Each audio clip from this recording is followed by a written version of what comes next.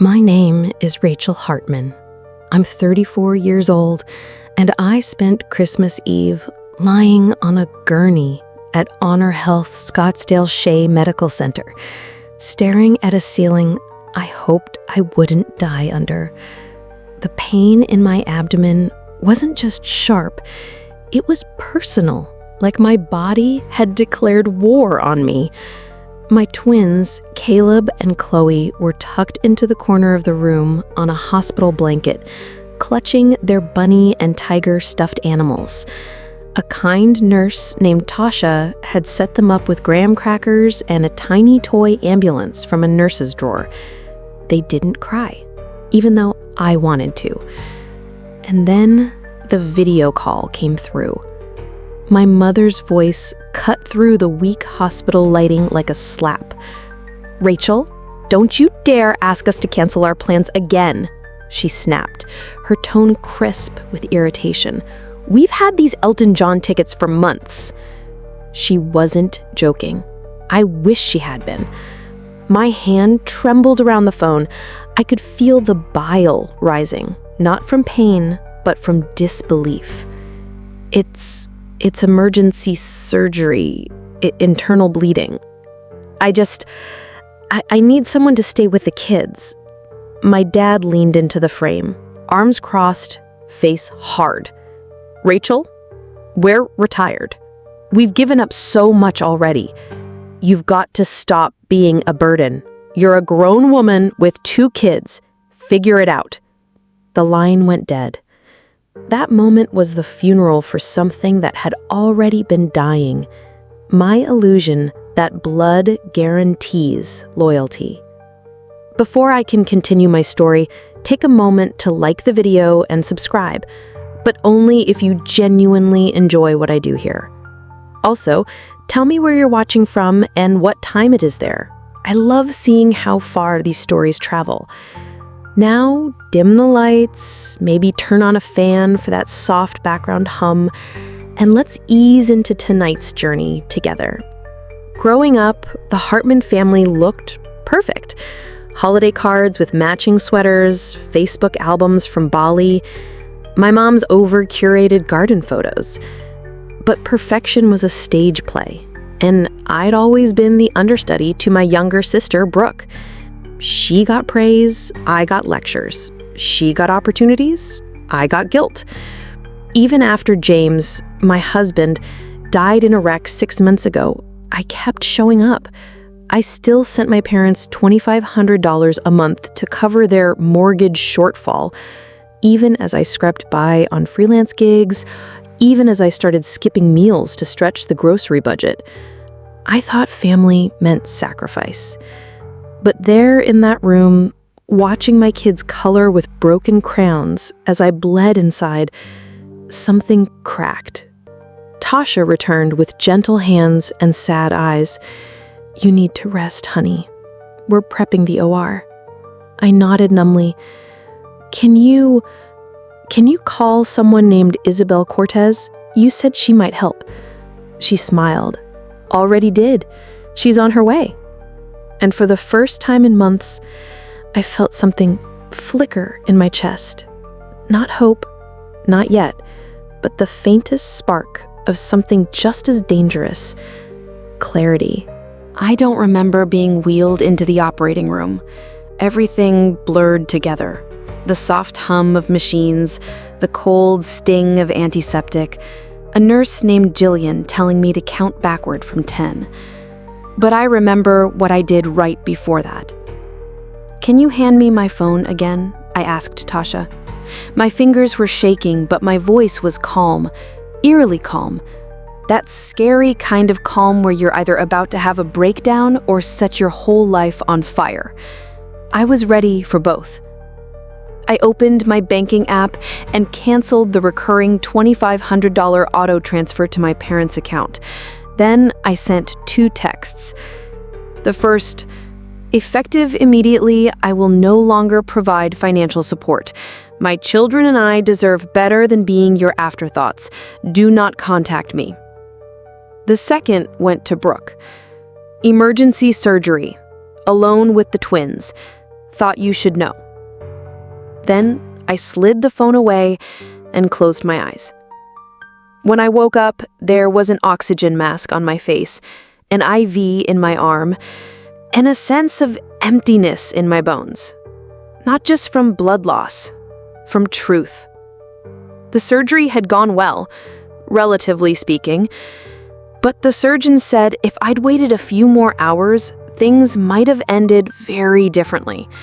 Something about scar tissue from my C-section causing internal bleeding. The stress, the grief, it had worn my body down until it snapped. Isabel was there when I opened my eyes again. Mid-30s, brown curls pulled into a soft bun, eyes sharp but kind.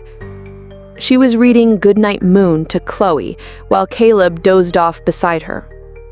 "You must be Rachel," she said with a tired smile. "Your twins are angels. I'm staying the night." And she did. Not just that night, but the next 5. She slept on a pull-out in my hospital room and kept the kids on their routine as much as possible. Breakfast, playtime, nap, snack. Repeat. It was strange. The comfort. The absence of expectation. Isabel didn't act like I owed her anything. She just showed up. Meanwhile, my phone filled up with chaos. 27 missed calls. Texts from my mom ranging from, "How dare you embarrass us like this?" to, "You'll regret cutting us off." And my dad's favorite, "We're dipping into our cruise savings because of you. This is unacceptable." Never once, "Are you okay? Are the kids safe?" I stared at those texts for a long time, wondering what kind of parents make their child feel guilty for almost dying, wondering how long I'd been convincing myself that this was love. It hit me. They didn't love me. They loved what I did for them, my money, my silence, my willingness to fold myself up into whatever shape they needed me to be. And now that I wasn't playing along, the masks were slipping. I turned off my phone. For once, silence didn't feel empty. It felt clean. The third night in the hospital, I woke up to laughter. Not the loud kind, just soft little giggles, the kind that fills a room like sunlight. Chloe was sitting in Isabel's lap, coloring in a paper menu from the hospital cafeteria. Caleb had commandeered a nurse's flashlight and was pretending it was a spaceship. Isabel was right there in the middle of it all, calm, present, tuned in, the way I'd wished my mother could be. My throat tightened, not from pain, but from watching someone love my children without strings. "Sorry," Isabel whispered when she saw me stir. "They were too wound up to sleep." "No, it's okay," I croaked. "They look happy." She smiled. "They're adjusting. Kids do that, especially when they feel safe." Safe. That word struck deeper than any scalpel ever could. Tasha popped in with her usual whirlwind energy, balancing 2 pudding cups and a folder. Vitals are stable, blood work looks better, and guess what? I got someone who wants to help you post-recovery. Her name's Lauren, runs a widowed parent support group. Super grounded, real estate agent by day, grief Sherpa by night. I blinked at her. That's oddly specific. "Welcome to Scottsdale," Tasha said with a wink. "We specialize in oddly specific healing." By the time I was discharged 2 days later, I had a folder full of support resources, Lauren's number on a sticky note, and the growing realization that strangers had done more for me in 1 week than my own parents had in a decade. Isabel helped pack up the kids, strapping them into their car seats in her Subaru with a practiced rhythm. We didn't talk much during the ride back to my apartment. The silence was companionable, but electric, like something fragile had started to form between us. Trust, maybe. "You're not charging me for any of this?" I asked, hesitating at the doorway. Isabel tilted her head. "Tasha covered my first few days. After that, we can talk. I'm not here to bleed you dry." I almost laughed.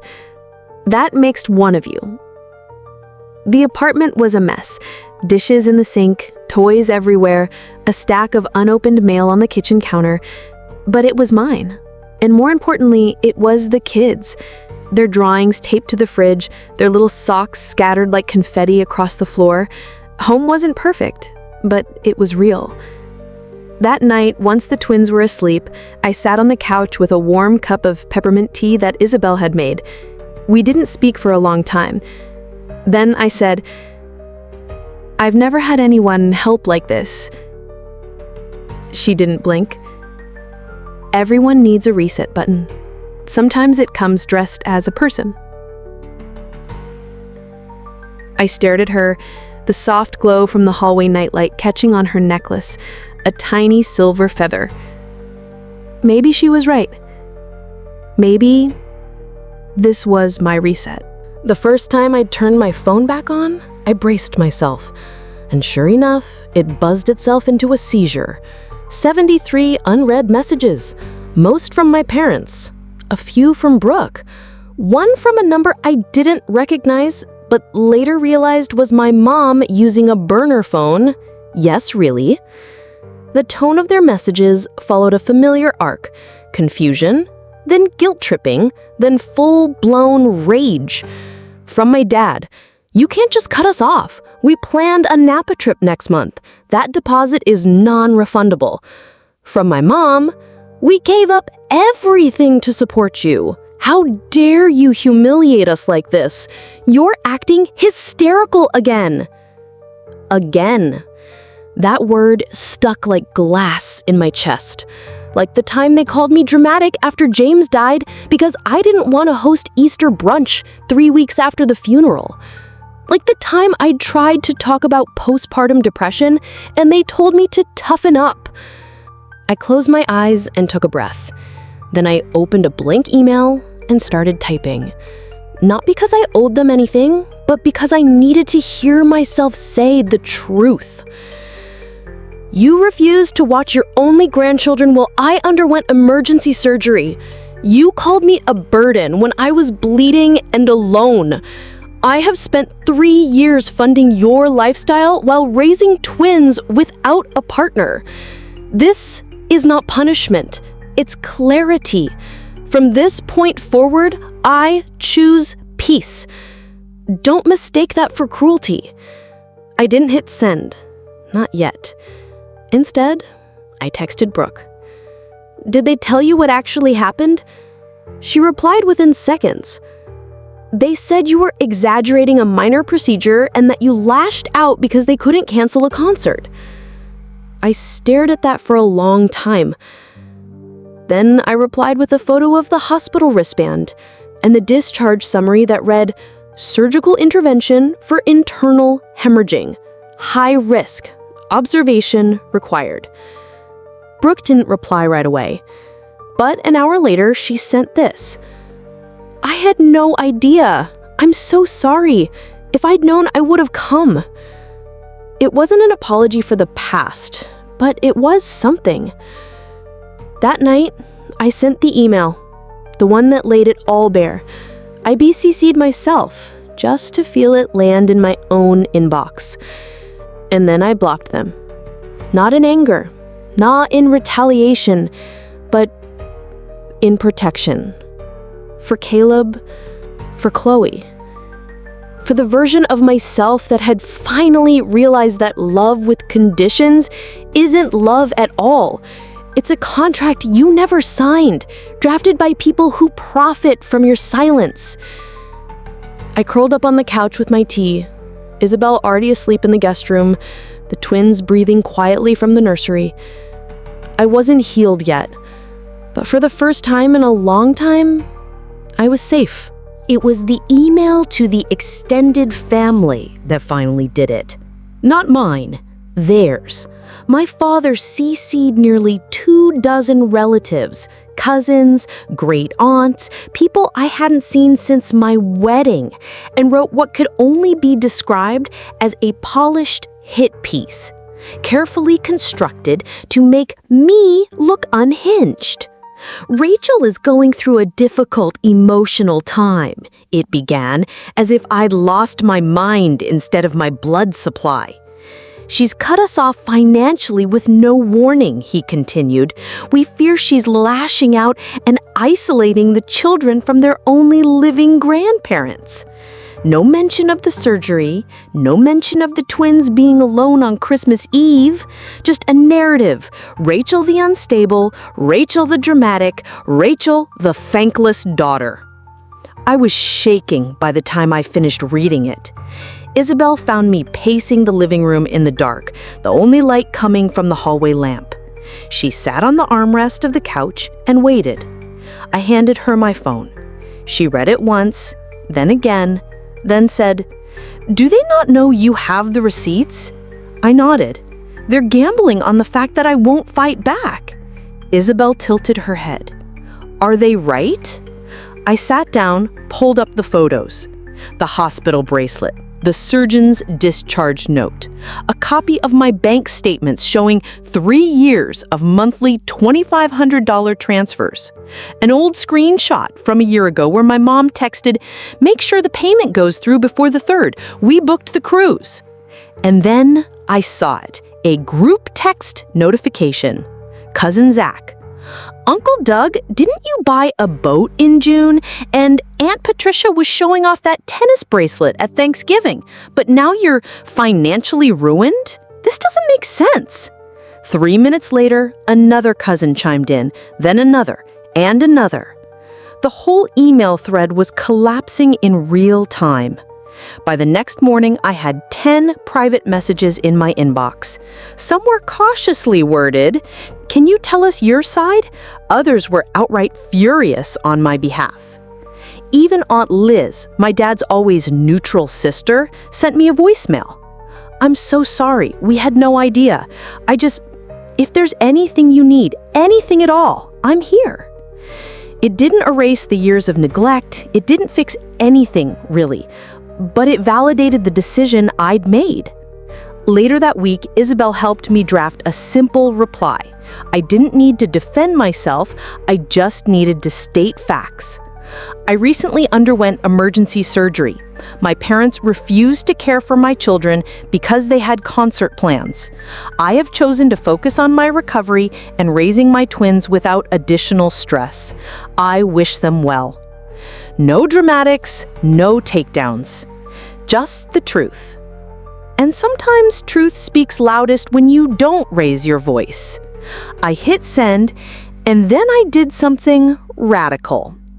I went outside, barefoot, onto my tiny patio and breathed deeply, cleanly, like I was inhaling my own agency. My parents had tried to make me the villain, but villains don't survive to tell their side. Brooke showed up 2 days later. Not a text, not a call, just a knock on my apartment door at 10:22 in the morning, holding a paper bag from that overpriced health food place she used to swear by, and a look I'd never seen on her face before, uncertainty. I stood frozen for a second, one hand still holding Caleb's sippy cup. He peeked around my leg like a meerkat.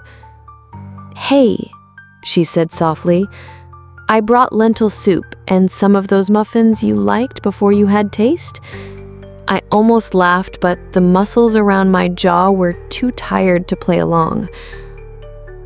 "Why are you here?" I asked, not cruelly, just flat. Brooke shifted her weight. "I got your email, and then I got their email, and I realized there's a whole side of this I've never seen." I let her in. The apartment was quiet. Isabel had taken Chloe to the park for an hour. Caleb was sleepy and clung to my hip as we moved around the kitchen. Brooke sat on a bar stool like a guest in a foreign country. She took in the clutter, the cracked linoleum, the stack of insurance paperwork on the counter. She looked like she wanted to say something comforting, but she didn't know where to start. "I used to think you liked being distant. Mom and Dad always made it sound like you were the one pulling away, and I believed them." I didn't speak.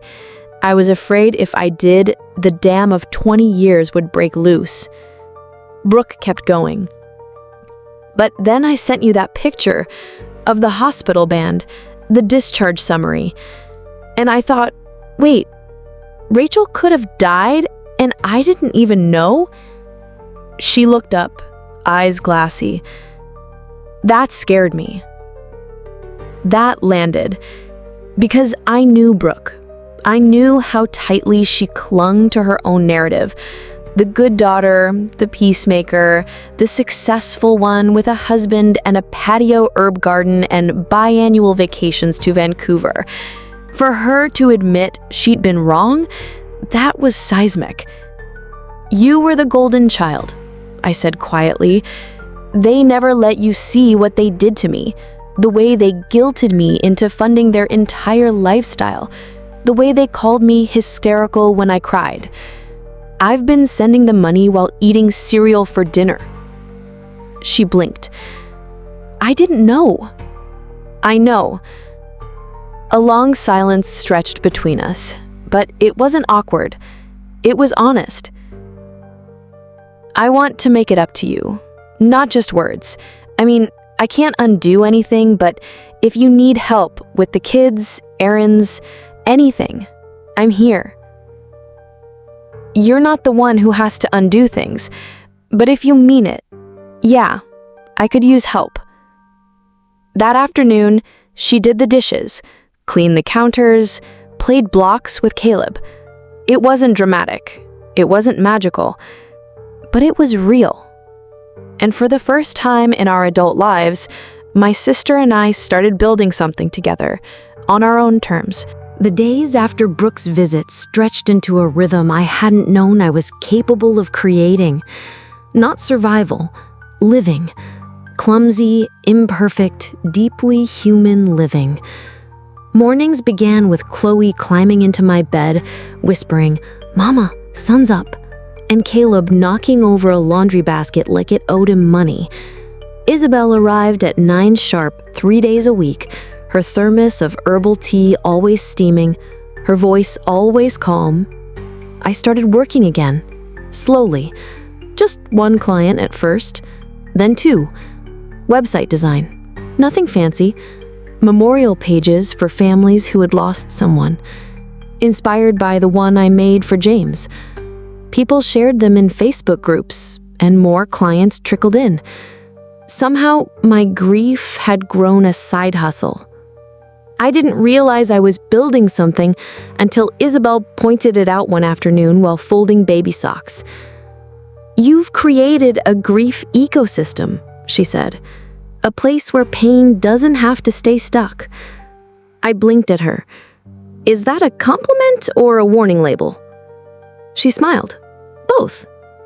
I sold a few things around the apartment. James's old camera gear, a dining set that seated 6 when we were now just 3. The money helped, but more than that, it gave me space. Physically, emotionally. Then came Lauren. She called me after Isabel passed along my info. A calm, unhurried voice. "No pressure," she said. "Just letting you know our group meets virtually every other Wednesday. No sharing required. Just come as you are." I joined the next week from my living room. Chloe and Caleb were asleep.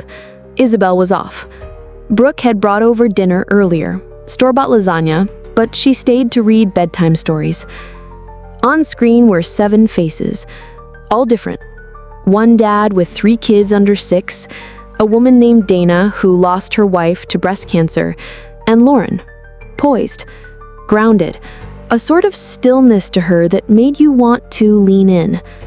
They talked about things I hadn't said out loud in months, the loneliness of evenings, the guilt when laughter came too easily, The way people said, "Let me know if you need anything," but disappeared when you actually did.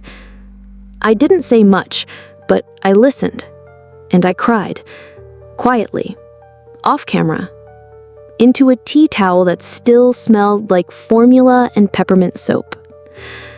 It didn't fix me, but it held me.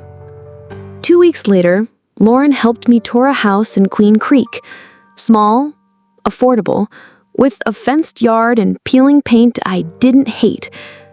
It wasn't fancy, but it felt possible. "I think you and the twins need more space and less noise," she said. I said yes before I could doubt myself. Within a month, we were gone. From the apartment, from the hospital memories, from the corners where James's absence echoed loudest. I didn't ask for this life, but I was choosing it now. Every painful, beautiful, chaotic piece. We'd been in the new house for less than 2 weeks when it happened. It was a Saturday morning. Chloe had just spilled yogurt on the hallway rug, and Caleb was wearing nothing but superhero underwear and cowboy boots. Isabel was off. Brooke was coming by later with groceries. I was halfway through scrubbing the rug when I heard the knock. Not a polite knock, not a neighborly tap, a hard, impatient thump, thump, thump that made my stomach tighten instantly. I peeked through the blinds. My parents. Both of them, standing on my tiny porch like it was just another Sunday visit. My mother clutched her designer purse with both hands like it might be her last possession. My father looked thinner, but no less rigid. Same crossed arms, same jawline set in stone. I opened the door just enough to see their faces. "Rachel, honey," my mother said, too brightly. "We were in the area and thought—" "I don't want to do this right now," I said. My father stepped forward.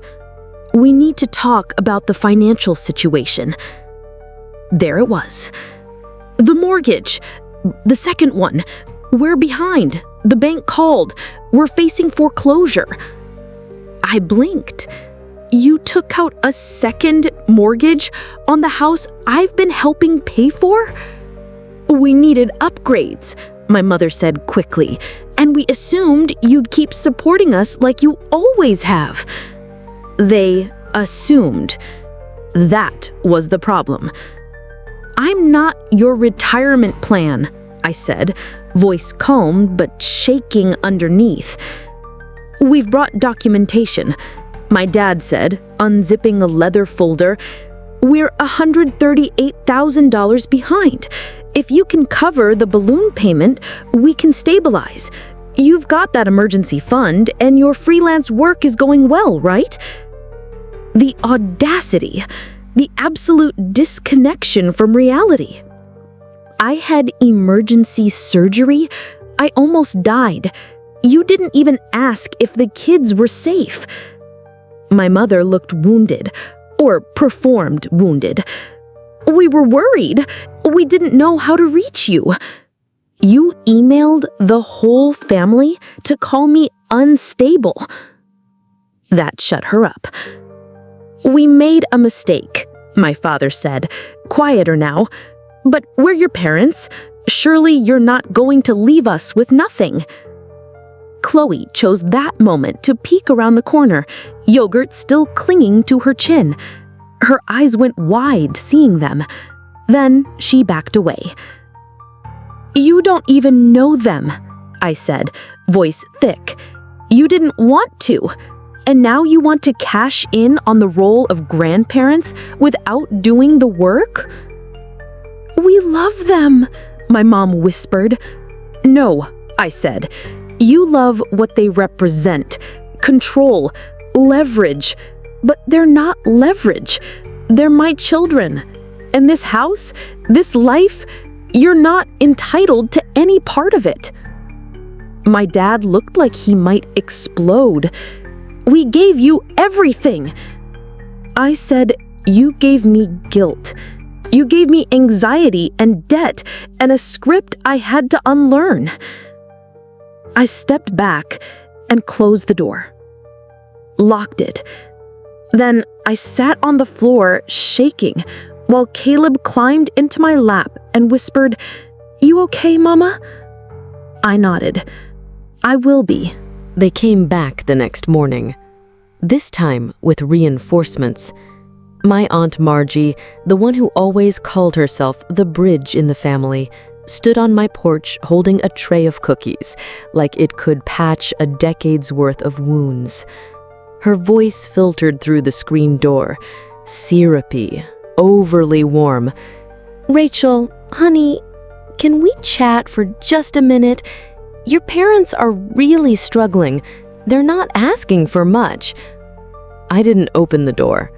Instead, I pressed my forehead against it and said, "They managed their finances for decades before I stepped in, and they can do it again. I was a stopgap, not a solution. They're facing losing everything," she pleaded. "The house, the car." I barked. They spent 30 grand on a boat, another 15 on a timeshare in Palm Springs. This isn't a tragedy, it's a correction. There was a pause. "We just didn't think you'd actually cut them off," my mother said finally.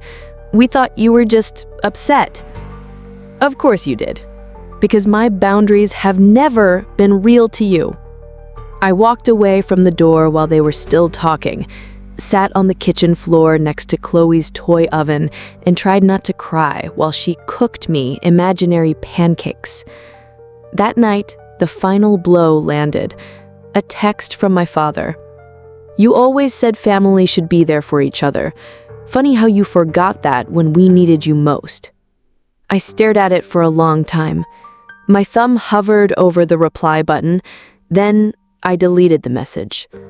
Because here's the thing they never understood. I wasn't forgetting family values. I was finally practicing them, just with people who showed up when it mattered. Like Isabel, who rearranged her whole schedule so I could go to therapy. Like Brooke, who took the twins for a weekend so I could sleep for 10 uninterrupted hours. Like Lauren, who connected me to her realtor friend and helped me secure a grant for single parents in transition. Like Dana from the support group, who sent me a care package with bath salts, blackout curtains, and a note that read, "You're not selfish, you're surviving." This wasn't just my new life. This was a rebuilt ecosystem, powered by reciprocity instead of guilt. My parents, meanwhile, were unraveling. Brooke had gone to check on them, despite everything. She reported back that they'd sold the boat for half its value and were now listing the timeshare. The house, my father admitted, was likely going into foreclosure. "They still blame you," she said, slicing apples in my new kitchen. "They've rewritten the story so that you abandoned them after all they did for you." I just nodded. Let them talk. Let them twist the truth until it strangles them. I wasn't here to rewrite their story. I was writing mine. And in mine, I wasn't the safety net anymore. I was the storm that made the net unnecessary. The letter came 6 months after the surgery. A real letter, handwritten, in my mother's sweeping cursive, the kind she used on Christmas cards and thank you notes. I found it in the mailbox, wedged between a utility bill and a flyer for a yard service I didn't need. I nearly threw it out, unopened, but something told me to read it. Inside, 4 pages of unexpected honesty. She wrote about the silence after I blocked them, the loneliness, how watching me rebuild without their help forced her to look at herself for the first time in years. "I think I was jealous of you," she wrote. "Your strength, your independence. You didn't need me in the ways I understood how to be needed, and so I failed you instead." She didn't ask for money or forgiveness, just acknowledgement. "We're living small now. Your father works part-time at a hardware store. I cook more.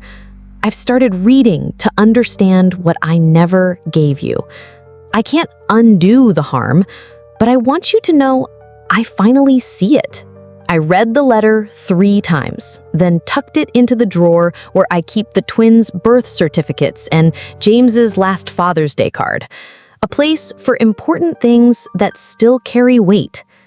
Later that night, I told Brooke. She was cautious but supportive. She said, "They've mentioned therapy. I think they're actually going. I mean, Dad talks less and listens more. That's new." "Do you think they've changed?" I asked. She said, "I think they're starting to understand that they have to." I didn't write back, not right away. Instead, I continued the life I'd fought for. Caleb and Chloe thrived in our little house. Isabel stayed on part-time. My memorial design business blossomed beyond what I imagined. Clients from all over the country reached out. People who had lost spouses, siblings, children. They trusted me to hold their stories. And I did, gently, fiercely. Then, on a gray Tuesday, I agreed to meet my parents at a quiet cafe in Tempe, neutral territory. They looked older, smaller. My dad's shoulders didn't square up like they used to. My mom wore no makeup, just a simple cardigan and the same silver ring she'd worn my entire childhood. We didn't hug. We sat. And for once, they didn't talk at me. My father cried. My mother apologized without defensiveness. They didn't ask to see the kids, but my dad did ask, tentatively, if it would be possible someday to know them. I looked at him for a long time. I said, "That depends on how real this change is. My kids will only have relationships with people who respect their mother." He nodded, and for the first time, he didn't argue. We parted quietly, not healed, but honest. That night, I watched Caleb and Chloe fall asleep beneath their glow-in-the-dark stars, their breaths even, their bodies safe. I knew I had broken the pattern, the legacy of guilt, of obligation without love. I had rewritten the rules for them, for me. Have you ever had to choose peace over blood? To draw a boundary so sharp it cut through everything you once believed about love and family? I'd love to know, have you ever walked away from people who were supposed to protect you? What did you learn? Tell me in the comments. Your story matters too. If this journey resonated with you, please like the video, subscribe, and share it with someone who might need to hear this, because sometimes the most radical act of healing is not forgiveness. It's creating a life where forgiveness isn't required just to survive. Where love is given freely. Where children grow up knowing respect is the bare minimum, not a prize to be earned. Thank you for listening. And if tonight your heart feels heavy, I hope this story made it feel just a little lighter.